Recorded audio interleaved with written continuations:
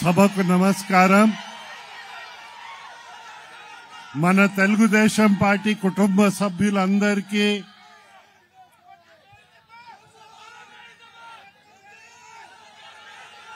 ఉత్సాహం కావాలి. అతి ఉత్సాహంతో కొన్ని సమస్యలు కూడా ఉత్పన్నమవుతాయి.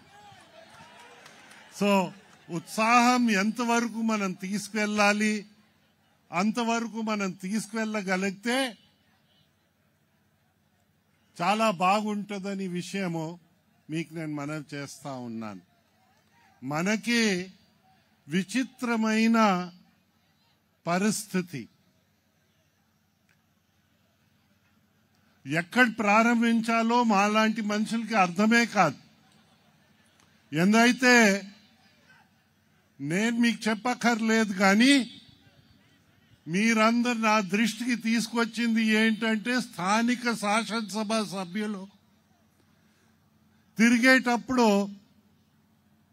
నా పార్టీని చూడకండి అని నన్ను చూసి ఓటు వేయమన్నారు.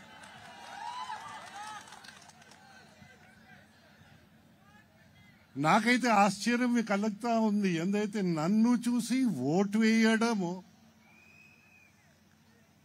ఆయన మన అందరితో హేళనాడుతున్నాడా లేదా ఏంటి అని మాలాంటి మనుషులకి అర్థం కాలే. ఇప్పుడు ఫుల్ పేజ్ అడ్వర్టైజ్మెంట్స్ చూస్తా ఉన్నాం. ఆంధ్ర ఏంటి, ఆడుకో ఆంధ్ర. నిజంగానే చెప్పాలంటే ఆంధ్రతో ఆడుకున్నారు.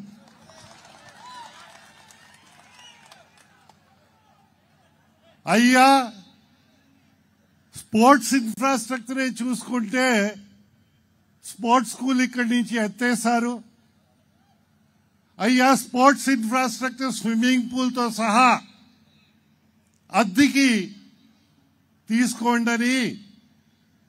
అసలు యువత అందుబాటులో లేకుండా చేశారు ఈ పెద్ద మనిషి. ఆ పెద్ద మనిషి విన్యాసాలు చూడ్డానికి స్పీకర్ గారు, మంత్రులు, సపోర్టర్స్ అందరూ వస్తారు, జలాసన చేస్తారు. పోలే జలాసన మీకు నచ్చితే మీరు చెయ్యండి. మీకు చూడడానికి వచ్చిన మంత్రులు, స్పీకరు అందరు బాగానే ఉంది, వారికి పనిపాట లేదు. మీరేదో ఒలింపిక్ ఛాంపియన్ అనుకుని ఉండుంటారు. వచ్చారు, మిమ్మల్ని చూశారు.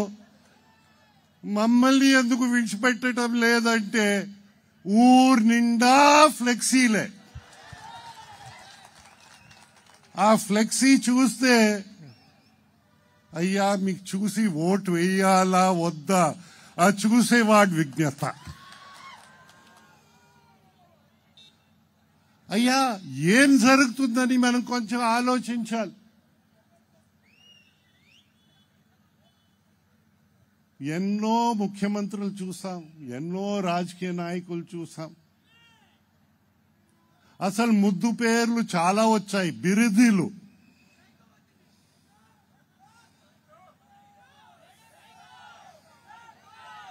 ఇంకా బిరుది స్థానిక శాసనసభ బిరుది, ముఖ్యమంత్రి బిరుది నేను చెప్పక్కర్లేదు. కానీ ఆ బిరుది తీసుకురావడానికి ఆయన ఎంత కష్టపడ్డాడో మనం అది గుర్తుంచుకోవాలి. బిరుదులు ఊరికేనే రాదు. మొదటి ప్రధానమంత్రి గారికి పండిత్ జవహర్ లాల్ నెహ్రూ అన్నారంటే ఆ పాండిత్యం ఆయనలో ఉందని ఆ పండిత్ బిరుది తీసుకొచ్చారు. ప్రజలు ఇచ్చిన బిరుది, ఏ ప్రభుత్వం ఇచ్చిన బిరుది కాదు. మన ఉత్తర కోస్తా జిల్లాలే తీసుకుంటే స్వతంత్ర సమరయోధులు గౌతు లచ్చనాని సర్దార్ గౌతు లచ్చన్న అని పిలిచారు. ప్రజలిచ్చిన బిరుదియే. ఇటు వెళ్తే మీకు మహాత్మా గాంధీ గారు ఒక బొమ్మ కనిపిస్తుంది, విగ్రహం. ఎలా గౌరవిస్తారో పెద్దల్ని నేను చెప్పక్కర్లేదు, కానీ గాంధీ గారికి బ్రాండీ షాప్ చూపించారు. మీ అందరిలో తిరుగుబాటు వచ్చిందని గాంధీ గారిని ఎత్తేయలేదు, కానీ బ్రాండీ షాప్ని ఎత్తేసారు. ఇలాంటి పెద్దలు పరిపాలన చేస్తా ఉంటే సెకండ్ అకాడమిక్ ఇయర్ కూడా వస్తే మా దగ్గర ఎడ్యుకేషన్ విద్యాశాఖ మంత్రి ఉన్నారు. అమ్మో బాబోయ్, ఒక్క సంవత్సరంలోనే మన రాష్ట్రంలో 6,50,000 మంది పిల్లలు బడి లేకంట, గవర్నమెంట్ స్కూల్స్ లేకంట, స్థలం లేకంట, స్థానం లేకంట చేసిన మహానుభావుడు ఆయన. ఇంకా 2వ సంవత్సరం అకాడమిక్ ఇయర్కి వస్తే ఆ 6,50,000తో పాటు ఇంకో 4 లక్షల పిల్లలకి, అంటే మన భారతదేశంలో ఇంకా 5 సంవత్సరాలు పోతే నిరక్షరాస్యత ఏ రాష్ట్రంలో ఉందంటే తెలుగు రాష్ట్రాల ఆంధ్రప్రదేశ్ ఒకటే అని మనం అందరు గుర్తించకపోతే మన భావి తరాలకి తీరని అన్యాయం చేసిన వాళ్ళు అవుతాం. అయ్యా గురజాడ ఓ మాట అన్నారు, ఈ స్థలం గురజాడే తిరిగారు కదా, ఉట్టి మాటల గట్టి పెట్టు, గట్టి మేల్తల పెట్టబోయే అని. వీరు ఉట్టి మాటలకి పరిమితమై ఏ స్థాయికి రాష్ట్రం తీసిపోయారో, మమ్మల్ని తీసిపోయారో నేను చెప్పక్కర్లేదు. నాగార్జున సాగర్ కట్టడానికి ఎన్ని దశాబ్దాలు పట్టిందో, ఎన్ని ప్రభుత్వాలు మారాయో, ఏ ముఖ్యమంత్రి వచ్చిన ప్రతి ముఖ్యమంత్రి ఆ నాగార్జున సాగర్ని ముందు తీసుకెళ్లారు, కానీ వెనక తొయ్యలేదు. అయితే పోలవరం చేస్తున్నప్పుడు ఆ పునాద్రాయి మన గౌరవ ముఖ్యమంత్రి ఆనాడు నారా చంద్రబాబు నాయుడు గారు చేసి వర్క్ ప్రారంభించినప్పుడు నేను చెప్పాను, నేను చిన్నప్పటి నుంచి ఉత్తర కోస్తా జిల్లా మనిషిని గనుక చిన్నప్పటి నుంచి వింటా వస్తున్నాం పోలవరం వస్తుందని, మనకి గోదావరి నీలి ప్రాంతానికి వస్తాయని, మన ప్రజలు బాగుపడడానికి అవకాశం ఉంటుందని. ఆ మీటింగ్లో ఒకటే అన్నాను, ఆనాడు నల్ల వెంట్రుకలు, ఇప్పుడు తెల్ల వెంట్రుకలు. అయితే ఆశ ఉంది, మా జీవిత కాలంలో అయినా పోలవరంని చూస్తామని ఆశ ఉంది. అయితే ఆనాడు ఆశ నిరాశ అయిపోయింది. సైకో గాడిని తెచ్చారు, పార్లమెంట్లో ఇచ్చిన ఆ సమాధానం ఉంటే చూస్తే మనకే అర్థమవుతుంది. పదవుల్ని పట్టుకో వేలాడుకోవడం ఏంటి అని నేను అంటా ఉన్నాను. మేము కూడా యూనియన్ మంత్రి చేశాం, పార్టీ పరంగా చేశాం, తెలుగుదేశం పార్టీ కోసం చేశాం. 18 అంశాల యాక్ట్లో ఉంటే దాంట్లో 11 అంశాలు విద్యా సంస్థలు ఉంటే దీనికోసం ప్రయత్నించాం. భూములన్నీ చోట్ల ఐడెంటిఫై చేసి ఇన్స్పెక్షన్స్ చేసి కాంపౌండ్ వాల్స్ చంద్రబాబు గారు కట్టి కేంద్ర ప్రభుత్వానికి అప్పచెప్పారు. ఇది స్టార్ట్ కావాలి అని మేము ప్రయత్నిస్తూ ఉంటే మాకు ఇది స్టార్ట్ కాదని ఆ న్యూస్ వచ్చేసరికి చాలా నిరాశ చెందింది. ఇంకా స్టార్ట్ కాదని మేము రాజీనామా చేసి కూడా వచ్చేసాము. తెలుగుదేశం పార్టీ కార్యకర్తలని మేము మిమ్మల్ని అన్నగా నేర్పించారు. పౌరుషాన్ని పెంచమన్నాడు, మూర్ఖత్వాన్ని కాదు.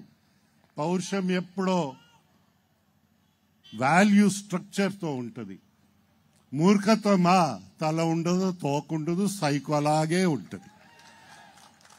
ఎవరు చెప్పక్కర్లేదు. పౌరుషాన్ని పెంచమన్నారు. రాజీనామా చేసి వచ్చాం. అయితే ఇప్పుడు మంత్రులా, మాకు మంత్రివర్గం ఉంటే చాలు, మాకు అధికారం ఉంటే చాలు, జనం ఏమైనా పర్వాలేదు అని స్థానిక సంస్థల నుంచి అర్బన్ రూరల్ అన్ని మొత్తం లూటీ లూటీ లూటీ, ఒకటే కార్యక్రమం లూటీ. ఇలాగా మన రాష్ట్రానికి ఇంకా ముందు తీసుకువెళ్తే ఎంత మంచి మాటలు వచ్చినా చంద్రబాబు రాగలుగుతారు, పవన్ కళ్యాణ్ రాగలుగుతారు, ఇంకొకరు రాగలుగుతారు.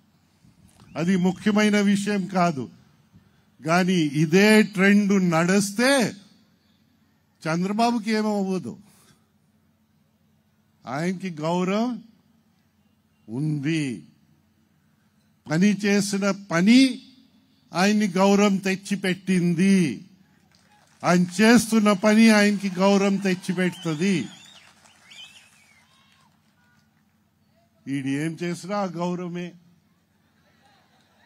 అయ్యా నేను మెడ వంచి తెస్తానన్నాడే, ఎవరు మెడ వంచారో ఎక్కడ పడేశారో మనం అందరు చూస్తూనే వచ్చాం.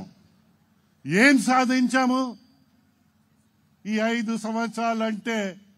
ప్రతి శుక్రవారం ఒక దొంగ వెళ్లి సంతకం పెట్టవలసి వచ్చేది, ఆ దొంగ గారికి సంతకం బెడద పోయింది.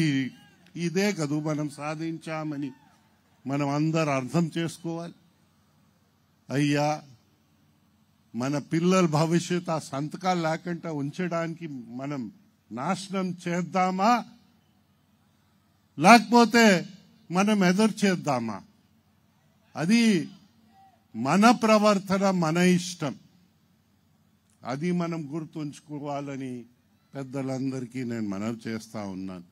మాకైతే సంతోషంగా ఉంది. లోకేష్ బాబు వచ్చారు, ఇవాళ నడుస్తా ఉన్నారు. నడడం దొంగ నడడం కాదు, అది కూడా చూసాం. శుభ్రంగా నడిచి నలుగురిని కలిసి సంబోధించి వారి సమస్యలు తెలుసుకోవడానికి ఆయన ప్రయత్నిస్తున్నారు.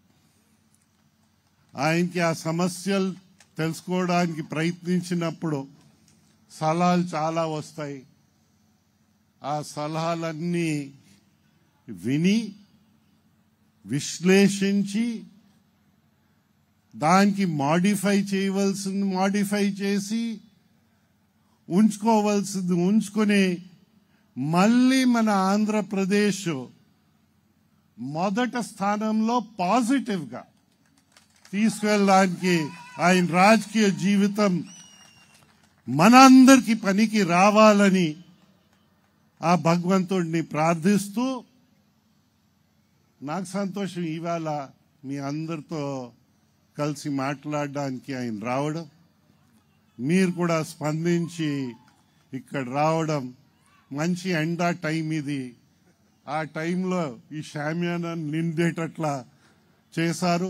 నాకు ఎవరు కనిపించటం లేదు, ఎత్తేసి అక్కడ గెంతేసి పారిపోవలసిన మనుషులు మాకు కనిపించటం లేదని విషయము మీకు నేను మనవి చేస్తూ, అది ఒకటే సైకో గారికి వర్తిస్తుందని నేను మనవి చేస్తూ, మాకు ఆనందం ఏంటంటే ఇది మొదటిసారి మా విజయనగరంలో పోలీస్ వాళ్ళు, అంటే అందరినీ తిట్టక్కర్లేదు, వారు పర్మిషన్ ఇచ్చారు, రాతపూర్వకంగా ఇచ్చారు.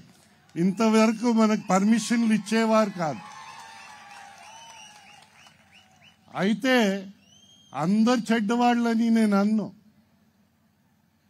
అక్కడ నన్ను అరెస్ట్ చేయడానికి విశ్వ ప్రయత్నం చేస్తే మన దగ్గర ఒక మహిళా ఎస్పీ గారు ఉండేవారు. అయ్యా ఒక్క ఛార్జ్ ఇవ్వండి నేను అరెస్ట్ చేస్తాను అన్నారు.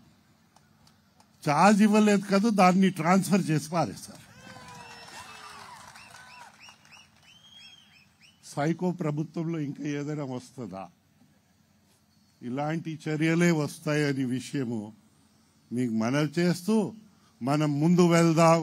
ఆంధ్రప్రదేశ్ ఎక్కడ ఉండవలసిన స్థానంలో మళ్ళీ వచ్చేటట్లా మనం అందరు కష్టపడి చేద్దామని మీకు అందరికీ మనవి చేస్తూ అందరికీ నమస్కరిస్తూ నేను సెలవు తీసుకుంటున్నాను. జై తెలుగుదేశం, జై జన్మభూమి, జై హింద్.